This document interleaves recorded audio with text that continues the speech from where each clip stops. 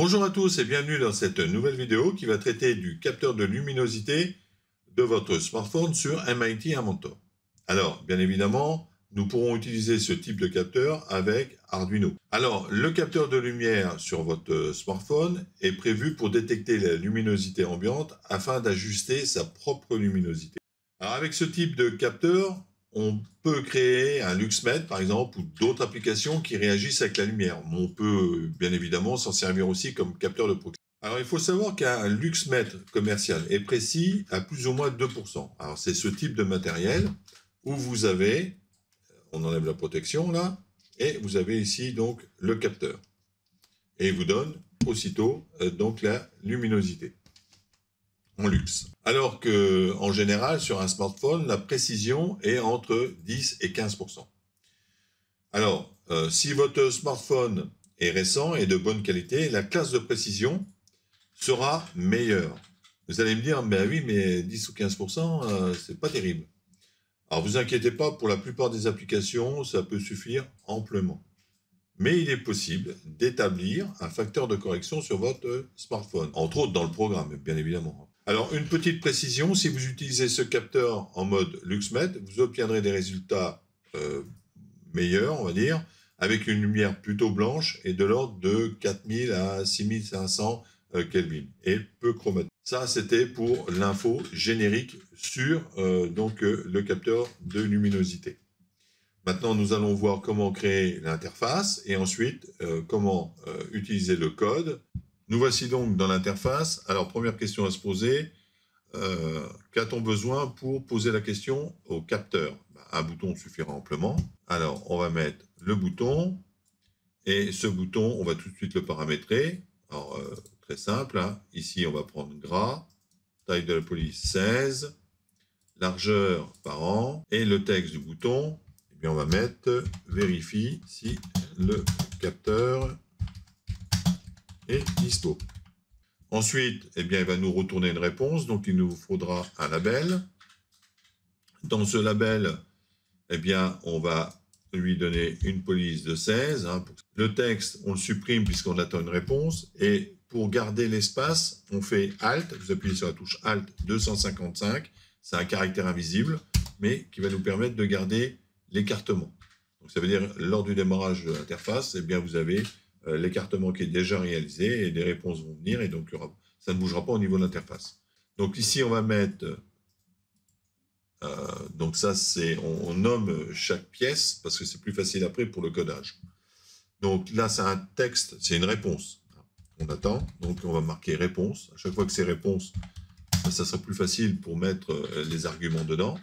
Réponse dispo, ça suffit amplement. Ensuite, eh bien, nous aurons besoin d'avoir la dernière mesure et puis les 10 dernières mesures, par exemple. Donc, on aura besoin de 4 labels. Et évidemment, on aura besoin du capteur. Donc, le capteur, il est là. Vous allez dans capteur et vous allez chercher ici, là, light sensor. C'est le capteur de luminosité. Alors, on attaque sur le label 1. C'est un renseignement à l'opérateur. Donc, le renseignement, c'est dernière mesure. Voilà. Donc, la largeur en parent, en gras et 16. Voilà. On va renseigner tout de suite le label. Donc ça, c'est donc un texte. Texte, dernière mesure. Voilà. OK. Là, c'est une réponse, tant qu'à faire. Renommer, réponse, dernière mesure. Dernière mesure. Donc, comme c'est une réponse, au départ, il n'y a rien. On garde l'espace. Alt 255. Largeur par an, et taille de police 16. Et voilà, le tour est joué. Ensuite, on va prendre la moyenne des 10 dernières mesures. Donc là, on est à nouveau dans le texte. Dernière, moyenne 10 mesures, on va mettre. Voilà, ça suffit. Moyenne des 10 mesures. Ici, le 16. Ici, le gras. Ici, le parent. Et puis, donc, bien maintenant... Ah, ici, on va le renommer aussi. Donc, c'est un texte. Texte moyenne. Voilà. Et enfin, on va avoir la réponse donc des 10 dernières mesures au niveau de la moyenne, ici. Donc, on met réponse, 10 mesures, là. Et puis, donc, en taille 16, en largeur par an. Et puis, ben, à Alt 255, ça suffira. Et voilà. Voilà, notre interface est relativement sobre, mais ça suffit amplement pour vous démontrer un petit peu comment le système fonctionne. Passons donc maintenant au codage des blocs. Alors, la première chose à faire lors du démarrage de l'application, c'est de forcer l'activation du capteur. Donc, vous allez dans Screen, vous allez chercher Initialize, donc quand la page va démarrer, et puis donc vous allez chercher le capteur, ici, et vous prenez Maître capteur, donc activé. Donc on va lui dire que c'est vrai, donc c'est de la logique, c'est vrai. Donc on force ce capteur là. Ensuite, on va donc poser la question si notre capteur est disponible. Pour ça, on va utiliser notre bouton. Quand on clique sur le bouton, donc ça va être une question, est-ce qu'il est dispo ou pas? Donc pour ça, c'est un contrôle qu'on va utiliser. Bon, donc notre contrôle, et la question, est-ce que le capteur est disponible? Donc on va sur notre capteur, on va regarder s'il est disponible et on le met là. Alors maintenant, on va renseigner l'opérateur s'il est disponible ou pas. Donc, on va aller sur la réponse ici. Réponse, on va prendre n'importe lequel. Hein. La seule chose, pour éviter de chercher les pendant des heures, vous mettez ici texte. Et voilà, terminé, on n'en parle plus. Et puis, donc, on va aller chercher ici texte. On va prendre un texte vierge et on va lui notifier dispo. Et on va avoir la même manip s'il n'est pas dispo. Sinon, s'il n'est pas dispo, CTRL-C, CTRL-V, on le met là, et on va marquer non dispo. Alors maintenant, pour afficher les mesures, donc et la dernière mesure et les 10 dernières mesures, eh bien, il faut aller sur le capteur et lui dire quand le capteur change d'état, eh bien, tu vas nous donner donc la dernière mesure et les 10 dernières mesures.